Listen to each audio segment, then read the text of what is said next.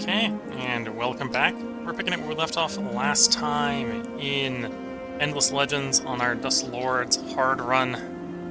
This will probably be the last part, assuming we can get through the next 31 turns in a reasonable amount of time. Because we're kind of just rushing out the tech victory at this point.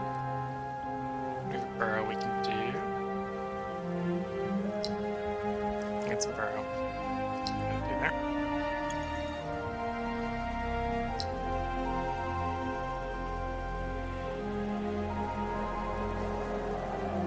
A little more titanium wouldn't be bad. We do stuff with the titanium if we had it. By a little bit.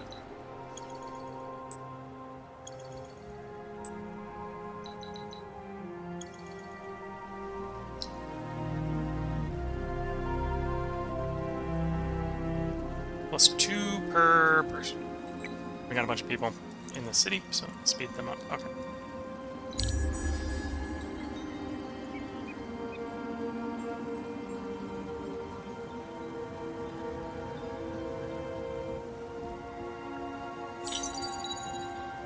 Here we go. We're 40% of the way to the victory, the scientific victory here.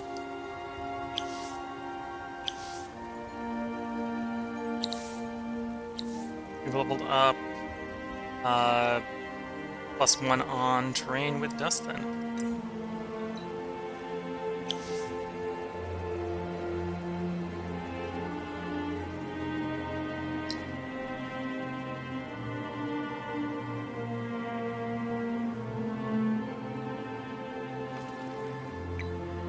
Five on terrain with dust there.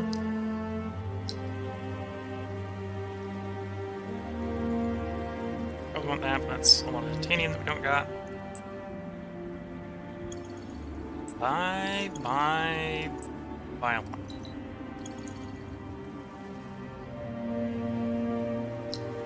And this isn't there. Cycle liquor.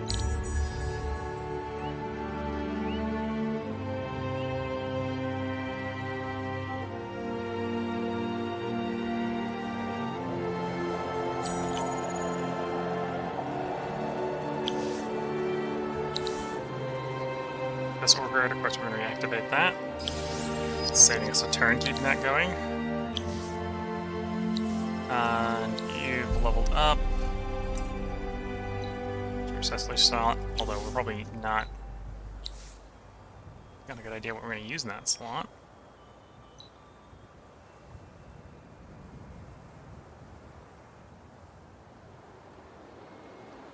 Sure, army health boost. Sounds like a bad plan.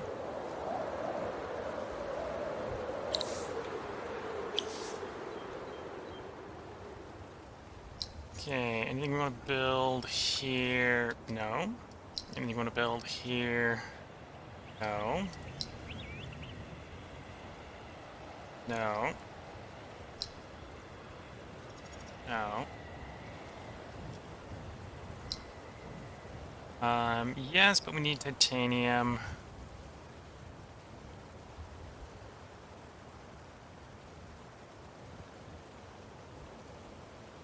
Or glass steel. Same there, yes, but we need titanium glass steel. So we can off the market, and then probably dump the rest of the resources into growing cities, which is the other way to grow production.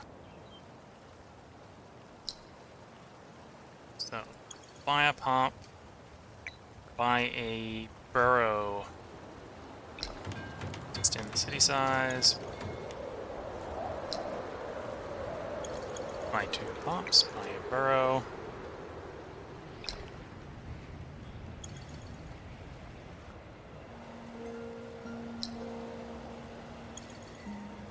Okay, give me a second turn.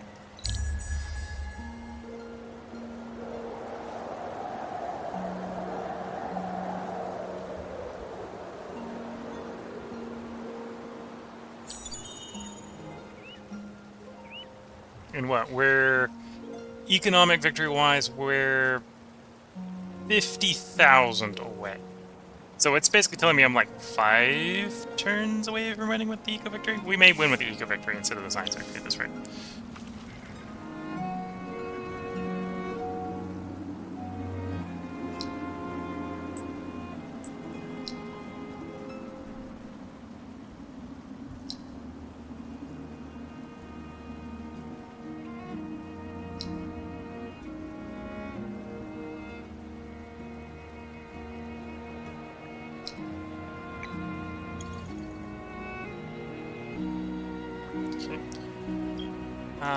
Buy me that. Those.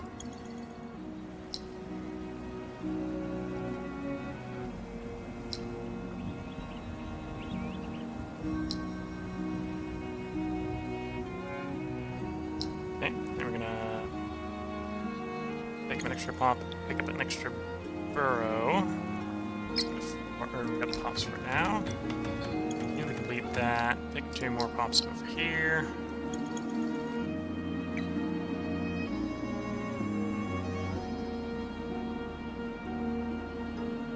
More signs that way. Burrow Street's next, and a recycle turn.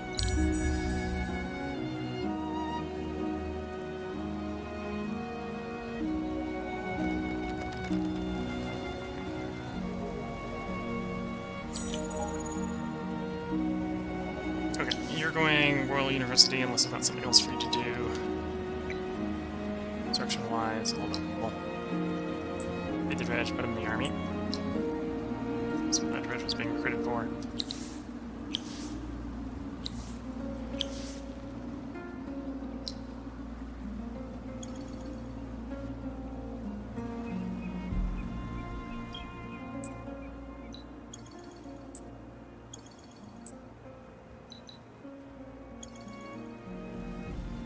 Okay, I think I need like 20 titanium to build everything we want titanium-wise. Or access to a river in this case. It probably wouldn't be that powerful if we aren't able to do it already.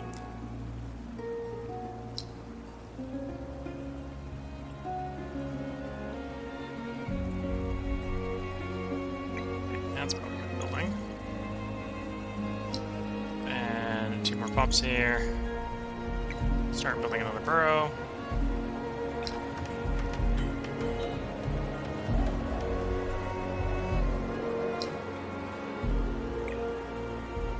Cycle turn.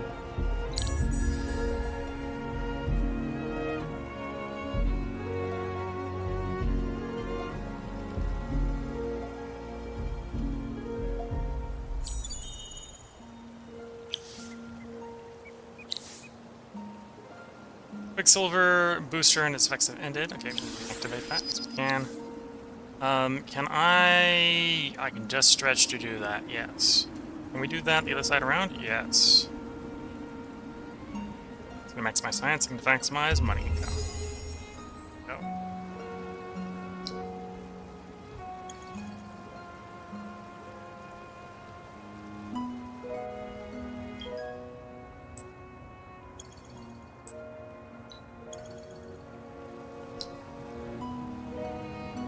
Nothing to build there.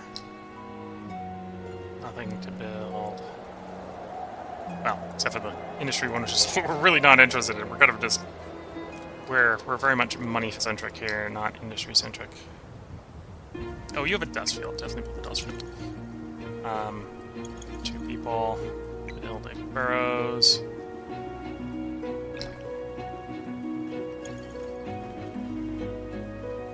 And 2 people here.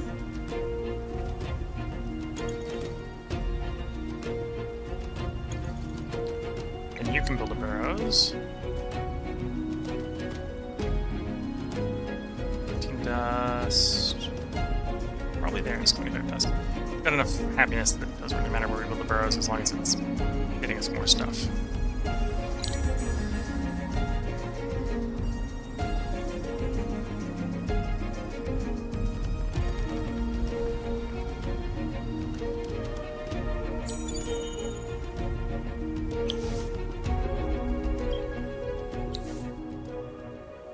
97% to the economic victory. Yeah, I think we're going to beat it to the economic victory rather than the tech victory. The dust flows like the spice in Dune.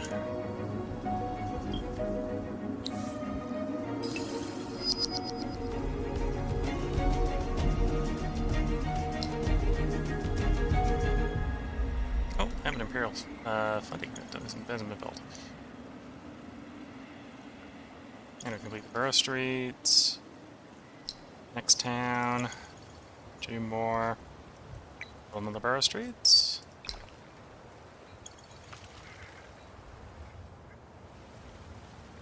Next town. 2 more. Build another Burrow Straits. This can actually bring us to touch the ocean at this point. We cycle the turn. Winter can end anytime in 10 to 14 turns.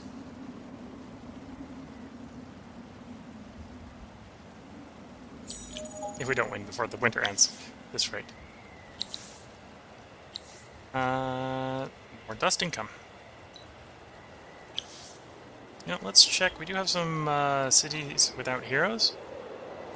I'm not interested in those heroes. There's very specific archetypes I'm interested in, so for the victories that we got going, which is Science and Dust.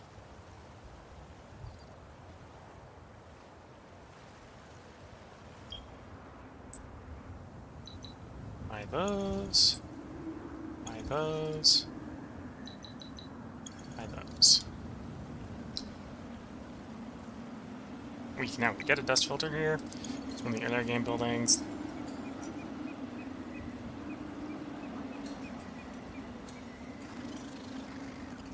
Not what we want to spend the titanium on.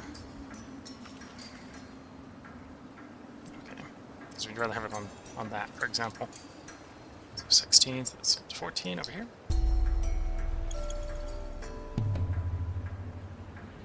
You've done the burrows. I'm going to work towards the sea here. There, for example. Lead it. City. 2 more people. Build the burrows. So. And we have enough money to complete it. And then we cycle the turn.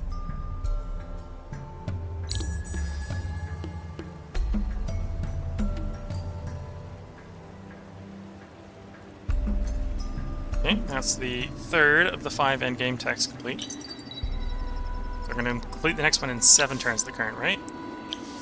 And we won. We won by the eco victory. There we go. So we're going to go to the score screen. We're going to do sort of an overview of how the game sort of looked from the score screen. So, overall score, you can see. Score is maybe not a good indicator of whether you're winning or not. Because the Necrophage, which is the dark green here, went running off in score, and it didn't win. Granted, that's because cities and buildings and people and troops all contribute to score, right? So they were very much, we're going to take over the world, but they weren't being very efficient with their application and stuff. We were very much in second there because money buys the world. We were doing very money-centric play style here with the Broken Lords, which you probably want to do with the Broken Lords because they're made of money. For the purpose of this game, they're literally made of money. Military, we can see going up, going up, going up. I'm actually surprised they dropped. They probably went like bankrupt or something like that to drop so suddenly with military power. Or they transferred away from like strategic weapons or something like that to something more cost-effective. Red was the other main military aggressive, so it's maybe not surprising that they were number 2. We were striving for quality over quantity, so we always had the smallest military. Expansion. Technically, the Dust Lords, I think, specialize in expansion. You are buying your workers instead of growing them, which means you can just show up, put a city down, and have like 10 population if you have enough dust. And they don't need food, so you can put their cities in places that other nations would look at and go like, how are you feeding your citizens? And the answer is, you aren't. Your citizens don't need to eat. On the other hand, they're very dust-centric, so you want to keep their country happy so you can get the dust production bonuses, which are nationwide, not individual cities. So you can't necessarily make a city particularly happy to get dust. You have to keep the entire nation happy. If you're doing an industry focus, you can focus on keeping your industry city happy and just not caring about how your expands are, because your expands are going out there mainly to gather like strategic resources and like that. You can see the guys that went off and conquered the world, or at least were trying to conquer the world. They got halfway to it, halfway to victory that way. Have more expansion potential than me. Although, we were doing pretty good, and I only took one city over. So this is... my growth is pure growth. Only fresh here, which is the Necrophage, is conquest. Taking stuff by conquest, mostly. Or at least taking a lead by conquest. Population, maybe not surprising, the person conquering the world, trying to conquer the world, has the most population. Again, we had to, on our nation, we had to literally buy population. Right, so depending on how I was playing the economic situation, it didn't necessarily make sense to grow cities.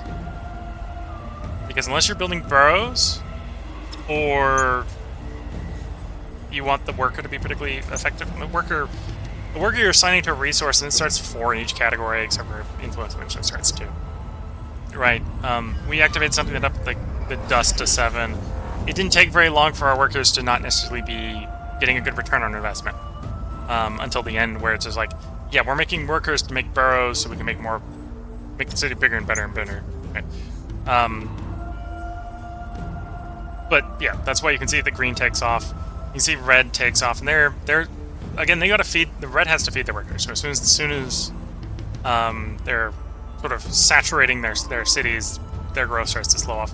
The Necrophages, to be fair, are still territorially growing, which is why their population's growing. They're also running into food problems as soon as they saturate those cities.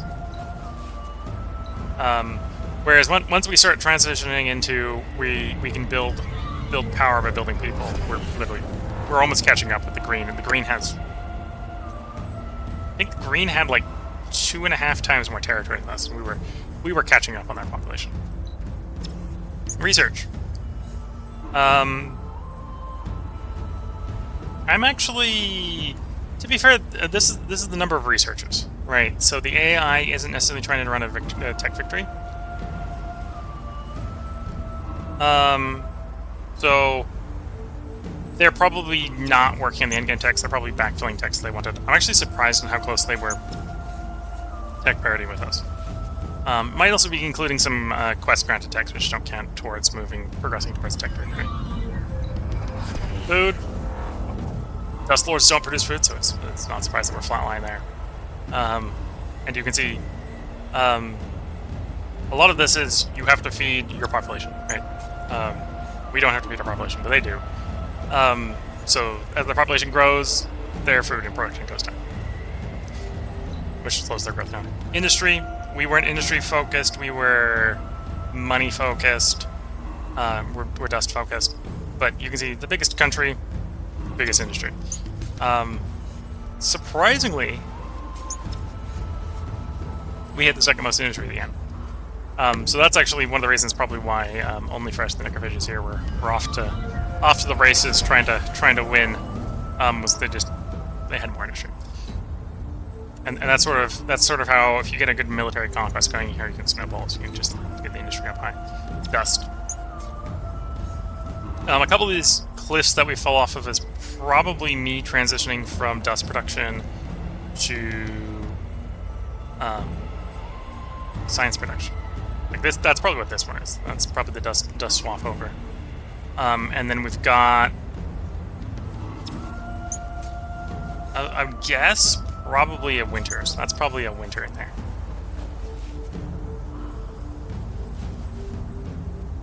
Science.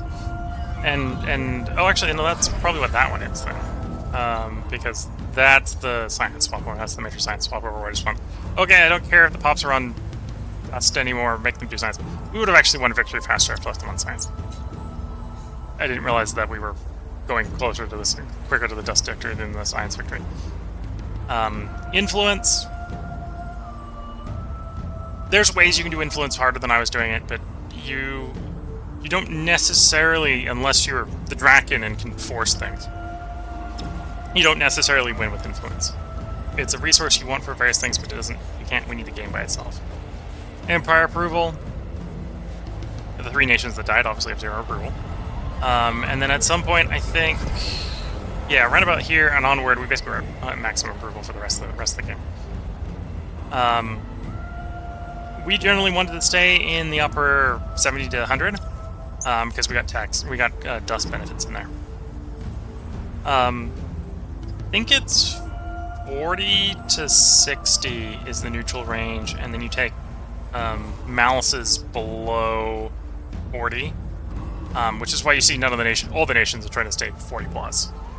Even the necrophages taking over the world are trying to stay 40 plus. That's probably one of the things that was moderating their conquests in the middle. Was the AI was like, yeah, we shouldn't really take things over, we can't keep them happy.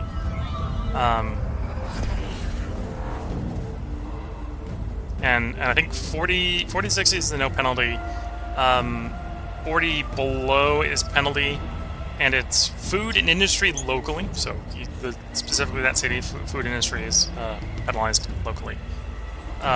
Nationwide average drives dust and science. So specifically nationwide, I wanted to say stay above 60. Didn't really care where any individual city was, just as long as the average was over 60. Other nations, if you're doing like industry or food, so for example the Wild Walkers, which someone's maybe going to try playing, you care more about your important city staying high on industry and or staying high on approval, so you can get that industry food, because you've got to feed your people and you're an industry-centric nation. But you maybe don't care about all your cities staying up there, because you don't necessarily need the average that high, because you're caring less about dust and science. Science is a way to research things to build. That sort of playstyle. Diplomacy. You have to know where a person is to gain diplomacy or diplomatic points against them. And it's based on pacts you have with them. With a slight bonus towards the person who is doing the diplomacy. So you can see in here, this is when the necrophages kind of threatened us, and I complimented them. I think that's what this is. Right. So if you're very active in diplomacy, you can get a lot of diplomacy points very quickly. And you can see the Draken, which is the light green here. They know everyone from the start, so even if they're being passive in diplomacy, they're going to lead in diplomacy. Of course, they died, and from that point on, they stopped scoring. Same thing with the orange, same thing with the light blue. But you can see how the Draken sort of passively can... Well, the Draken have to be active to win via diplomacy, because someone else will probably win before they do, if they're not active with it. And then quests... this might have been the main quest line. I don't see them on it. Apparently they got up to 5. Must have been a fairly common number. They got up to 5. I only ever got up to 4. Anyway, there's 8 tiers to the main quest line. That's what that is. So we got stuck in the 4th. To be fair, the 5th was telling me to go conquer someone's city. Right, so it would have been starting a war with Red. If I started a war with Red, we would have been really distracted from the methods where I would have been won. And we got an overall score of 1,709. With the person who lost, like, the most successful loser had like 3,000 plus, right? So it's not very score driven in this game, obviously, from a victory standpoint. And yeah, dust production. If you want to do a dust-centric playstyle, Dust Lords are pretty good for it, because obviously you use it to make your people. You have +1 dust on all terrain that produces dust. Obviously with the drawback that you don't use food. So terrain that only produces food or food and industry is pretty common. Food industry, food, science are pretty common terrain types. Well, these guys really don't like that terrain. The other people that are good for an economy dust cycled nation is oh, now I'm forgetting the name of the nomads. I'm pretty much done talking about this. We can go back up into the new game list. We can look at all the nations. So the other people, the roving clans. The roving clans are also, their main victory type is economy. These guys are pacifists, in that they're not allowed to declare war on people. But from a lore standpoint, they own the market, so they things like, oh, they get 10% of all the money that gets traded on the market. Of course, excluding their own. So if they're trading the market, they don't get 10%. But yeah, they get like 10% of all the money on the market, which is crazy. They start with Imperial coinage, so they immediately have access to the marketplace, and they start with mercenary markets. So they can already hire heroes turn 1. Very money-centric, also very mercenary-centric, because you're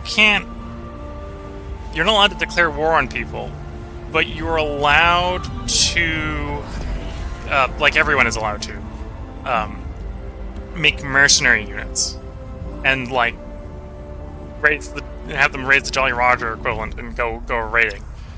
So they can still get up to pretty aggressive warfare. They just can't take anything because they've got to burn everything down to the ground unless they get declared on. Right. So you're sort of playing the playstyle of like, oh, you want them to attack you.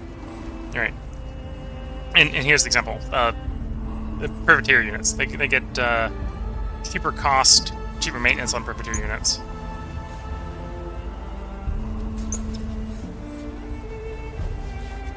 And they have make trade not war, so they're not allowed to declare war. Commercial and research agreements are free for these. So these guys are very much the money guys versus the Dust Lord, which you can see their main victor type is classed as expansion. I don't necessarily like them for expansion, but then that's because they got an appetite for dust. I tend to run them very dust heavy, and maybe the game is assuming that you'd run them expansion heavy. Which you could. You could totally run them expansion heavy, or at least more expansion heavy than I do. The ones that are highlighted here are basically the ones you have in the vanilla base game if you have the pre-order bonus. Right, so the Vultures are reskin the Mikazi, or Mazari. And obviously their focus is science. These guys are focus is science. Focus is science. Diplomacy. Necrophages is war. They're out to kill people. Cultists are supremacy. They want to go around blowing up everyone's capital. They can't hold anything. Right, these guys are the guys basically playing the one city challenge. That's the high seat of the Queen. So construction around a settling city that is a religious center, this faction creates no new cities and thus therefore cannot produce settlers. However, their city center can be built up to a higher level than any other faction, so the districts can go up to level 3 where everyone else is limited to 2. So they get one really big city, one really big high quality city. And then to sort of interact with the map, they can go convert pacified cities to basically become cultists out there. And that's how they can collect resources from other areas. Of course, unless you have a peace treaty with everyone, those are in neutral territory, and if you have a Cold War situation, they can get attacked. So you have to be a little bit aggro, because people can be aggro with you. This spawns in a bunch of free units. It's a fun way to play. But yeah, so this is pretty much the end of this run. Obviously, we won. We won by an economic victory. Originally, I was thinking we were going to end up going science, but we just earned enough dust that we didn't need to wait for the science. Though we were gonna win on science before everyone else won on money. There was a couple spots in there where I was a little worried that things were going to turn against us and we were going to lose. There's definitely one point where it's like, I can lose. I was running the risk of losing the field army to save a city. I'm like, nah, just burn that city down. The city's replaceable, and it was fully replaceable. We just replaced the city. It wasn't a problem. After we got them back, and that was actually up against the cultists in that game. So in that last game, we had the Draken, the cultists, the Necrophages, the Ardent Mages, the Mazari, and then we were playing as the Broken Lords. So we didn't have any Wild Walkers, we didn't have any Roving Clans, and I believe you're sitting on standard, like 6-player rules. It will only do one of the Vultures Mazari. They're just considered a reskin of each other. So you get if you go up to 6 or 8 players. 8 players, I think, will give you by default all of those guys if you're running vanilla. Up here is the expansion content.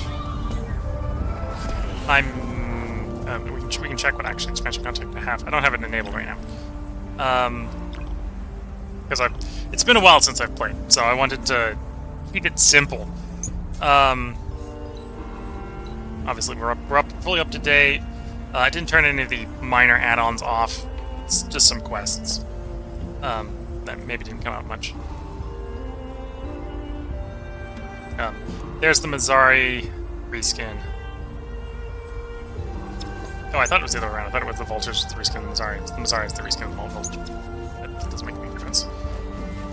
We had Frozen Fangs, which is one of the pre-order bonuses.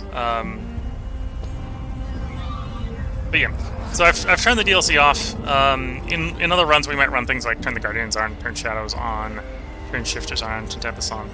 At some point, I'll try to pick up the rest of the DLC, rest of the expansions in here.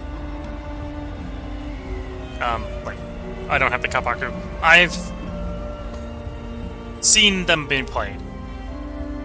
Not so sure of how they will play. Don't have Symbiosis.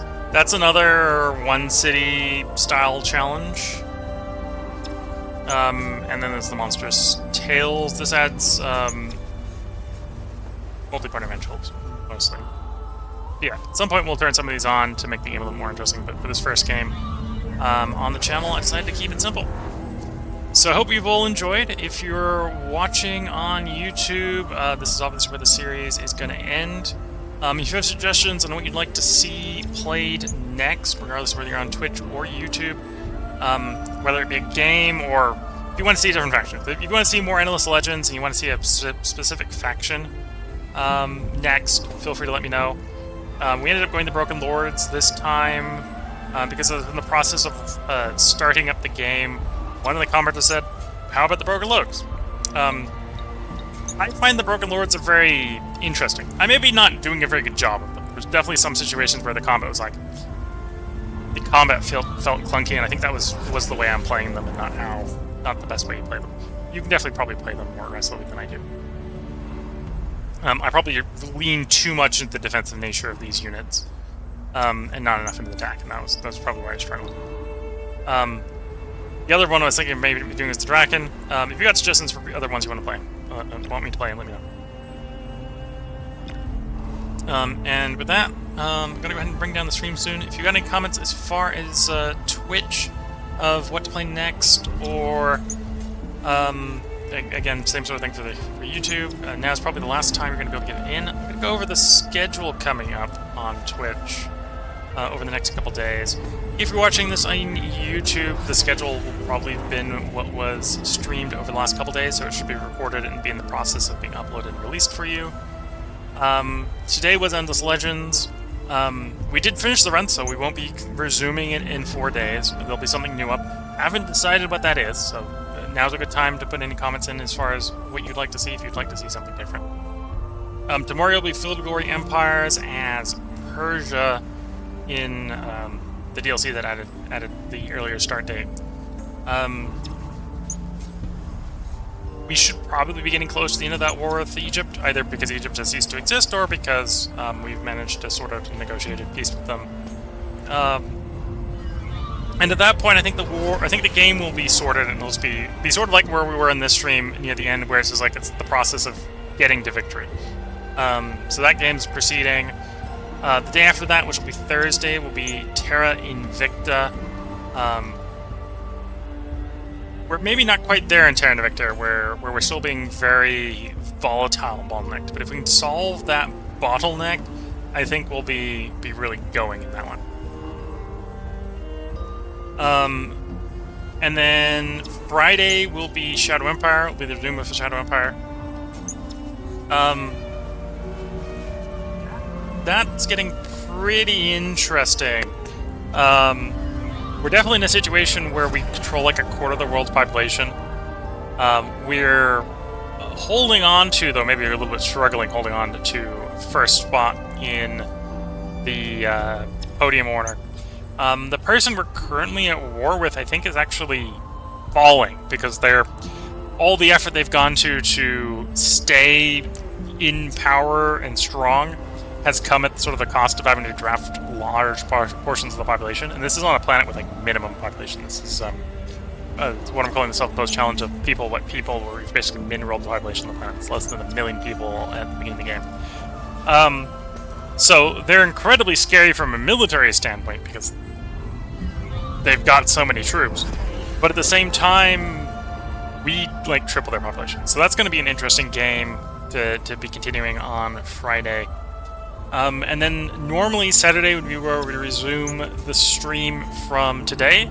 However, we finished it. So if you are watching on Twitch and you want to see something specific, this is your last chance to make any suggestions. Otherwise, I'll think of something probably by Saturday. And with that, I'm going to go ahead and do the outro. So I hope you've all been enjoying. And until next time, wish you all the best of luck and a good time. Catch you all in the next one, and bye for now.